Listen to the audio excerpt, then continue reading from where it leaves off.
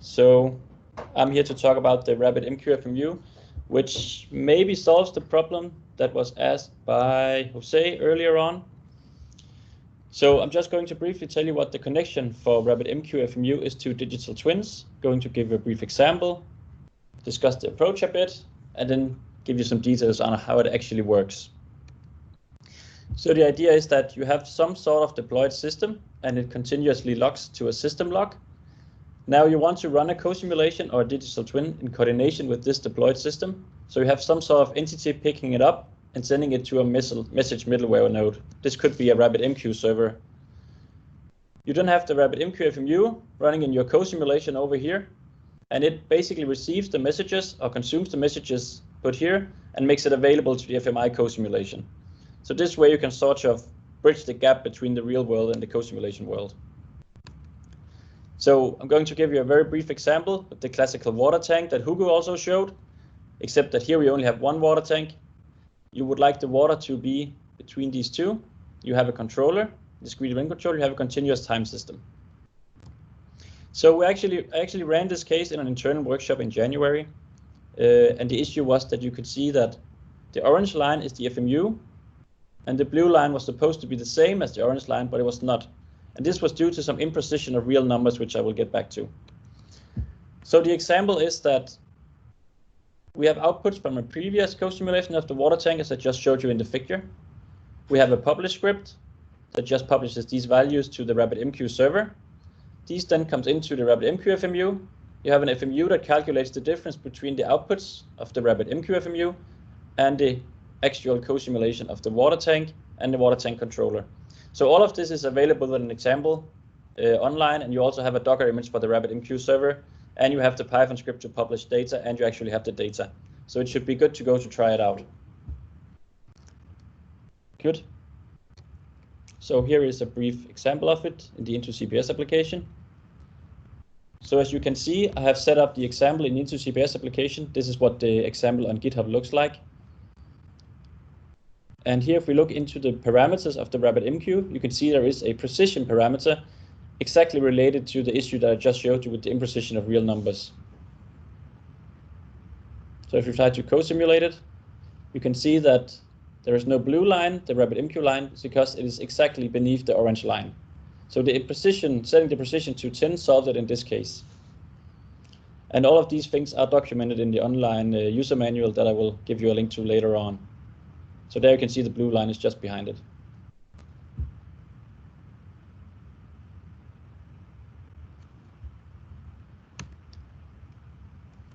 Good.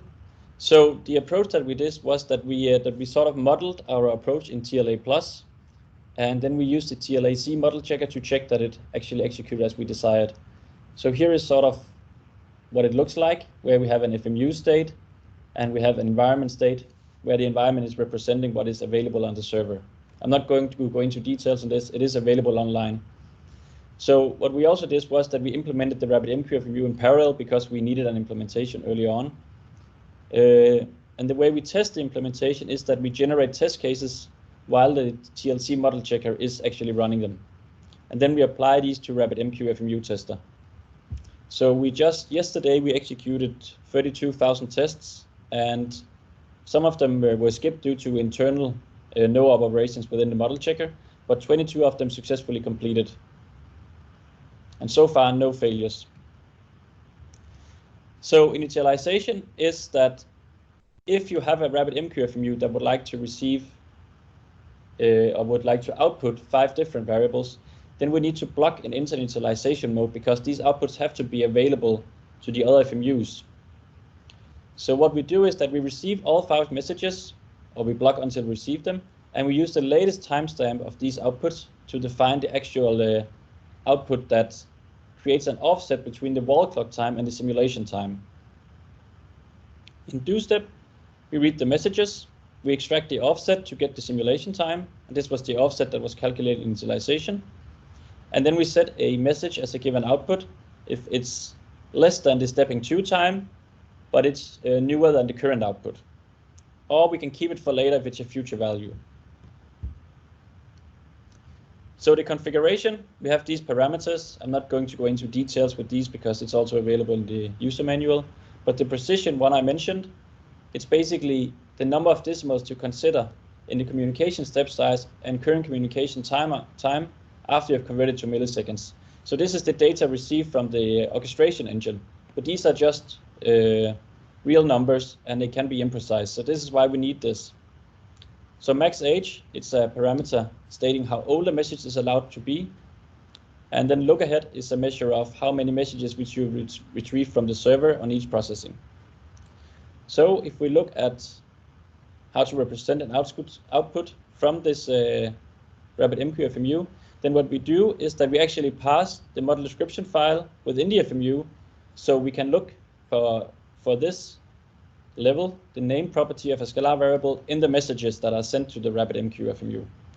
So basically, you only have to write the model description file. You don't have to do any other configuration for this. So the level here matches a JSON message level parameter here. Good. So basically, it has been very difficult to implement this while doing the model because we need lots of communication between the model developer and the FMU developer. And the coronavirus made this issue a bit of a struggle. So we've spent quite some time on mapping the data representation of the FMU and the data representation of the implementation.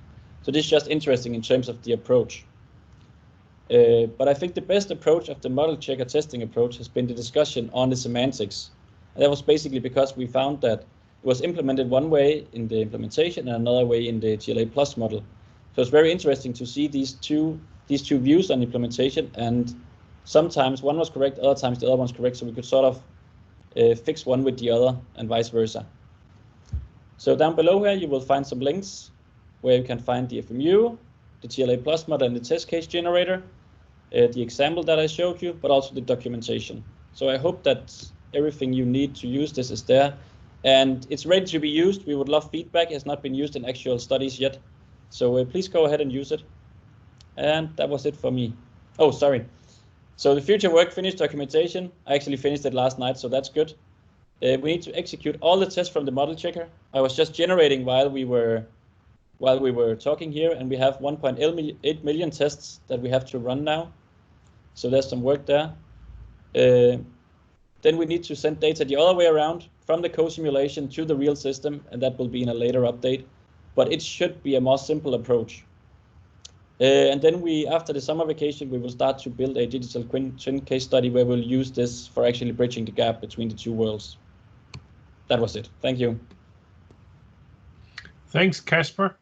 Any immediate questions for the last couple of presentations before I say a few concluding remarks?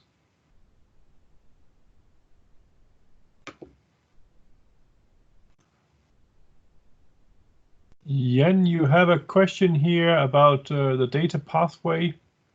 Yeah, okay. That's planned to go both ways, yes.